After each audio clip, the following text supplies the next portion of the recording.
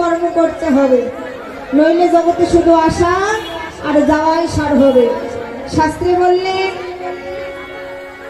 গুরু ভক্তি না থাকলে কৃষ্ণকে তো পাবে না, যেই গুরু সেই কৃষ্ণ শাস্ত্রেতে আছে জানা।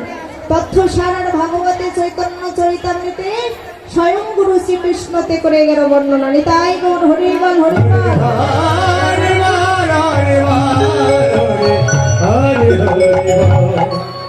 ওমা শুধু গোবিন্দকে ভালোবাসলে নয়, গুরুর প্রতি ভক্তি সম্মান শ্রদ্ধা থাকতে হবে। কোন গুরু বাবা? আদি গুরু হলো পিতা মাতা। হরি বল। পিতা মাতার চরণে প্রণাম করতে হবে, সম্মান করতে হবে, তবে আমার ভগবানের চরণ লাভ করা যাবে। নিতাই গৌর হরি বল। ওমা ভক্তের মতো ভক্ত হওয়া দরকার। নারদ একদিন গীতায় ভগবানকে জিজ্ঞাসা করেছিলেন, প্রভু দয়াময় তুমি কোথায় থাকো বলো না। ভগবান বলেছিলেন নহং তিষ্ঠামি বৈকুণ্ঠে যোগিনাং হৃদয় নাচ মদ ভক্ত যন্ত্র গায়ন্তি তত্র তিষ্ঠামি। হে নারদ, নারদকে ভগবান বলেছেন নহং তিষ্ঠামি বৈকুণ্ঠে যোগিনাং হৃদয় নাচ। আমি কোথায় থাকি জানো নারদ? আমি বৈকুণ্ঠেতেও থাকি না এবং কোন যোগীদের হৃদয় মাঝেও থাকি না। আমি আগুনেও থাকি না, অনলেও থাকি না, কোথাও থাকি না। নারদ ভগবানকে বললেন প্রভু তাহলে তুমি কোথায় থাকো? দয়াময় ভগবান বললেন জানো আমি কোথায় থাকি? যে ভক্ত কেবলমাত্র আমাকে যোগ সাধন দ্বারা ভক্তি ভাবে ডাকে, কেবলমাত্র সেই ভক্তের হৃদয় মাঝে আমি অবস্থান করি। তাই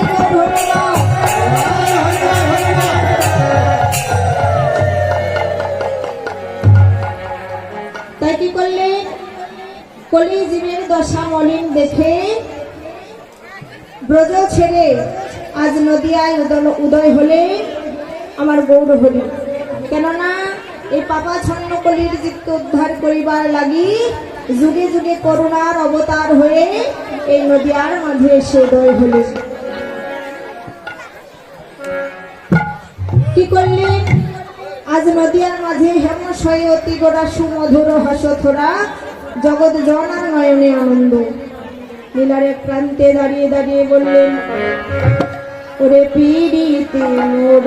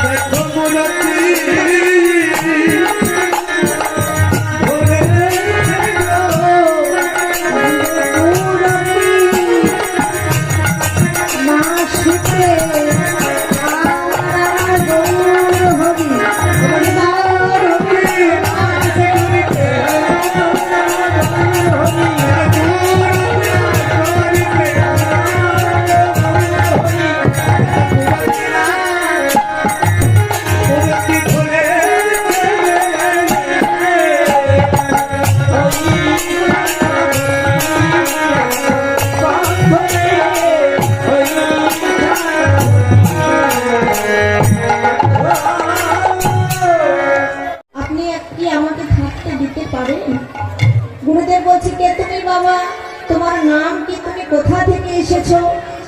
বলছে ওগো জানো আমার নাম প্রেমানন্দ, জগতে আমার আপন বলতে আর কেহ না। আজ বাদে 5-6 দিন হয়ে গেল আমি কিছু খাইনি, কেউ আমাকে কিছু খেতেও দেয়নি। আপনি কি আমাকে থাকতে দিতে পারেন? গুরুদেব বলছে বাবা থাকতে দিতে পারি, আমার কোনো অসুবিধা নাই, তবে তোকে যে কর্ম করে খেতে হবে। বলছে কি কর্ম গুরুদেব? বলছে এখানে থাকতে হলে তোকে মাধুগিরি করে খেতে হবে। মাধুগিরি অর্থাৎ ভিক্ষা। কিন্তু শোন, অযাচিত ভাবে ভিক্ষা করা যাবে। অযাচিত মানে কি বাবা? অযাচিত মানে কি? অযাচিত মানে অপর্যাপ্ত, যেটা আমার প্রয়োজন। যে বাড়িতে গেলে আমার 1 মুষ্ট চাউল নিলে হবে, সেই বাড়িতে আমি 2 মুষ্ট চাউল নিতে পারবো না। এটা হলো বাবা অপর্যাপ্ত। বলছে অপর্যাপ্ত ভাবে ভিক্ষা করা যাবে না। বলছে ঠিক আছে গুরুদেব। প্রত্যেকদিন যাই ভিক্ষায়, ভিক্ষা করে যেটুকু চাল ডাল পাই ওই গুরুদেবকে এনে দেয়। গুরুদেব রন্ধন করে আমার ভগবানের সেবা দেন। কিন্তু বাবা গুরুদেব ছিলেন যোগী পুরুষ, সে দেখতে পেতেন যে প্রভু আমার তার প্রসাদ গ্রহণ করছে। ওমা প্রথমে বললাম যার কপাল দুঃখে ভরা তার কখনো কোনোদিন কোথাও নিয়ে সুখ হয় না। একদিন আকাশে প্রচন্ড ঝড় বৃষ্টি হচ্ছে, আকাশ গড়গড় করে ডাকছে, বিদ্যুৎ চমকাচ্ছে। গুরুদেব প্রেমানন্দকে ডেকে বলছে প্রেমানন্দ আজ তুমি ভিক্ষায় যাবে না বাবা? প্রেমানন্দ বলছে গুরুদেব দেখতেই তো পাচ্ছেন আকাশে প্রচন্ড ঝড় বৃষ্টি হচ্ছে, যদি একটু ঝড় বৃষ্টি কমে তারপরে আমি বেরিয়ে পড়বো। বলছে ঠিক আছে বাবা। একটু ঝড় বৃষ্টি যখন কমেছে প্রেমানন্দ আমার ভিক্ষায় বেরিয়ে পড়েছে, আর মনে মনে বলছে আজ আমি বেশি বাড়িতে ভিক্ষা নিতে যাব না। ওই যে সামনে একটা জমিদার বাড়ি দেখতে পাচ্ছি, আমি সেখান থেকে আজ ভিক্ষা করে আনব।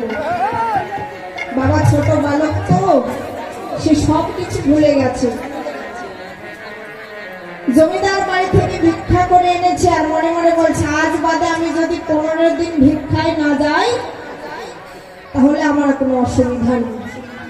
যখন বাবা ভিক্ষা করে এনে গুরুদেবকে দিয়েছে, গুরুদেব রন্ধন করে আমার ভগবানের সেবা দিয়েছে।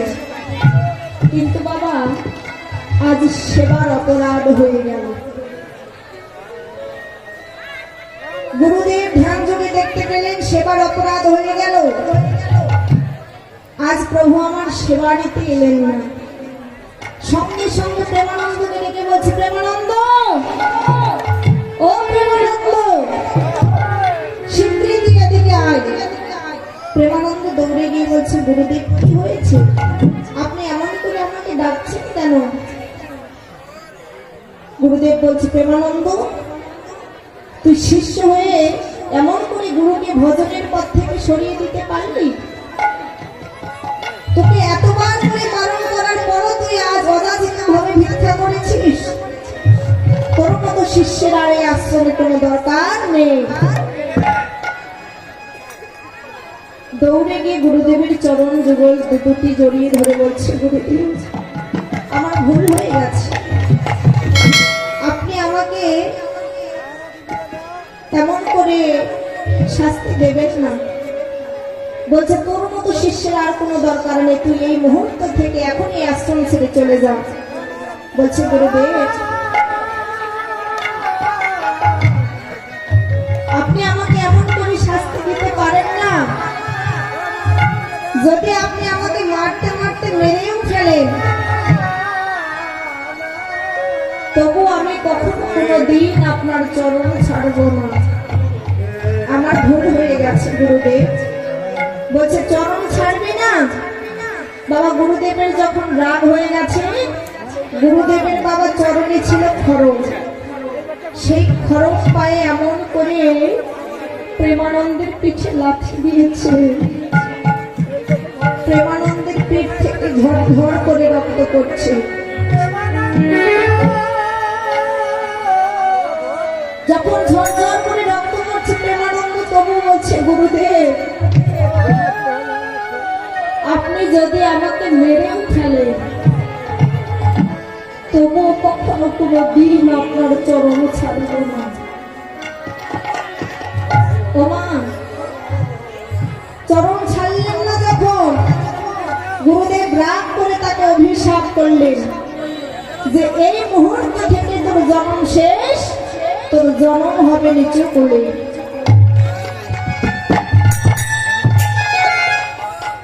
বাবা সঙ্গে সঙ্গে চরণ দুটি ছেড়ে দিয়েছে। দে বলছে, গুরুদেব আপনি আমাকে একেবারে নিচু করে পাঠিয়ে দিলেন, আমি সামান্য ভুল করেছি বলে আপনি একেবারে আমাকে নিচু করে পাঠিয়ে দিলেন। সঙ্গে সঙ্গে কি করেছে, বারাণসীর গঙ্গার কুলে ভাব দিয়ে প্রাণ বিসর্জন দিয়েছে। বাবা সেই গুরুদেব থাকাকালীন সে প্রেমানন্দের আবারও জন্ম হলো কোথায়, কাশীধামে রাঘব দাসের পুত্র হয়ে। পুত্র জন্ম নিয়েছে ভালো, আজ বাদে 15 দিন হয়ে গেল, সন্তানের কান্না বন্ধ হলো না। মা সকলকে ডেকে বলে, দেখো গো আজ বাদে 15 দিন হয়ে গেল, আমার সন্তানের কান্না বন্ধ হচ্ছে না। সকলে বলছে, ওগো দিদি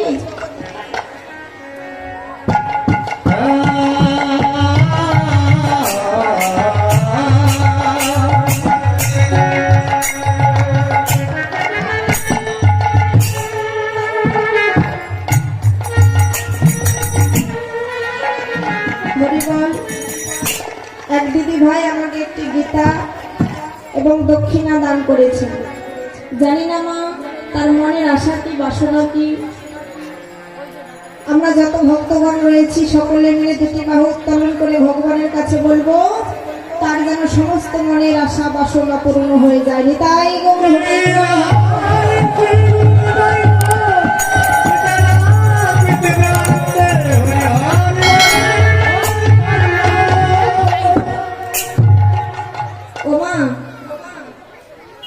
সেই প্রেমানন্দের জন্ম হলো কোথায়, কাশীধামে রাঘব দাসের পুত্র হয়ে।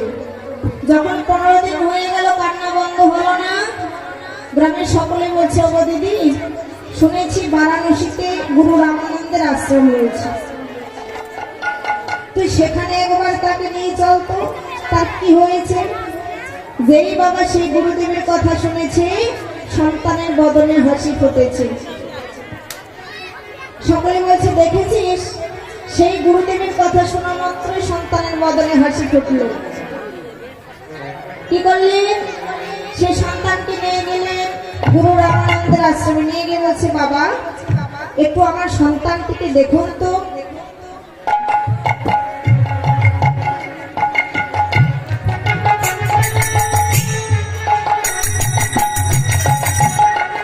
তার কি হয়েছে, সে এমন করে কাঁদছে কেন, আজ বাদে 15 দিন হয়ে গেল তার কান্না বন্ধ হলো। তখন বলছে, দেখি সন্তানটিকে বাবা কোলে নিয়েছি। কোলে নিয়ে যেই মাত্র পিঠে হাত বোলাতে গিয়েছে, সেই গুরুদেবের হাত ঠেকেছে সেই খড়মের উপরে। সঙ্গে সঙ্গে জামাটা খুলে ফেলেছে, খুলে ফেলে দেখছে সেই খড়মের দাগ তার পিঠে এখনো লেগে রয়েছে। সঙ্গে সঙ্গে জামাটা খুলে ফেলে সেই সন্তানটিকে বক্ষে জড়িয়ে ধরে বলছে, প্রেমানন্দ তুই আবারও জন্ম নিয়েছিস বাবা, তুই জন্ম নিয়েও আমার কথা ভুললি না রে। ও প্রেমানন্দ, জগতে তোর মতো ভক্ত আর হয় না, জগতে তোর মতো ভক্ত পাওয়া দুর্লভ। ও প্রেমানন্দ একবার আয়া। জানি তাই মা, প্লিজ দয়া করে কেউ কথা বলবেন না। আমার প্রথমেই বললাম, যদি কেউ কথা বলে এখানে গল্প করার সময় নয় বাবা। কত ভাগ্যের ফলে, সাধনার ফলে আজ এই দিনটি আপনারা পেয়েছেন। বারবার তো এমন সময় হয় না মা, ভক্ত সঙ্গ করা, সাধু সঙ্গ করা। তাই বাবা আমি যেমনই কীর্তন পরিবেশন করি না কেন, সেটা তো হরিকথা কৃষ্ণ কথা, তাই না? তাই হরিকথা কৃষ্ণ কথা এক মন এক চিত্তে শ্রবণ করতে হয়। প্রথমেই বললাম, যারা এক মন এক চিত্তে শ্রবণ করে ভগবান তাদের প্রতি কৃপা বর্ষিত করে। হরিবল হরিবল হরিবল।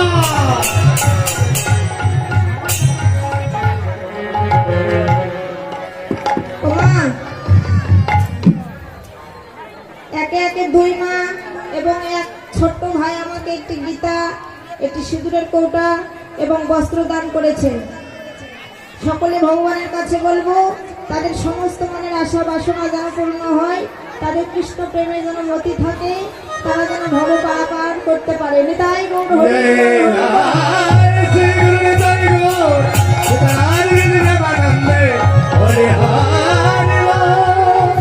হরি বল, হরি বল।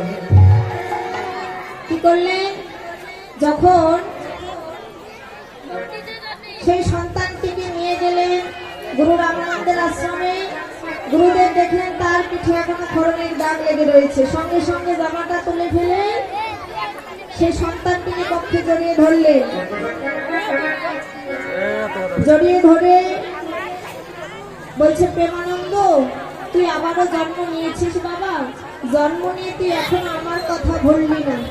একটু ক্লিয়ার হয় করে দে।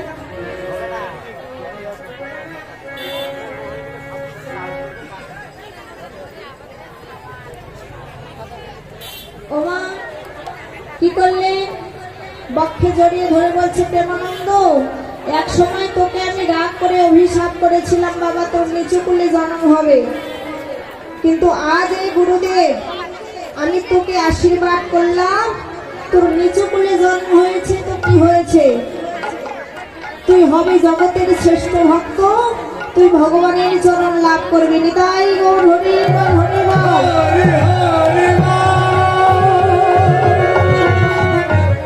বাবা সেই প্রেমানন্দ আজ রহিদাস হয়ে জন্ম নিয়েছে, জগতের শ্রেষ্ঠ ভক্ত, নিচু কুলে জন্ম নিয়েও সে ভগবানের চরণ লাভ করতে পেরেছে। হরি বল।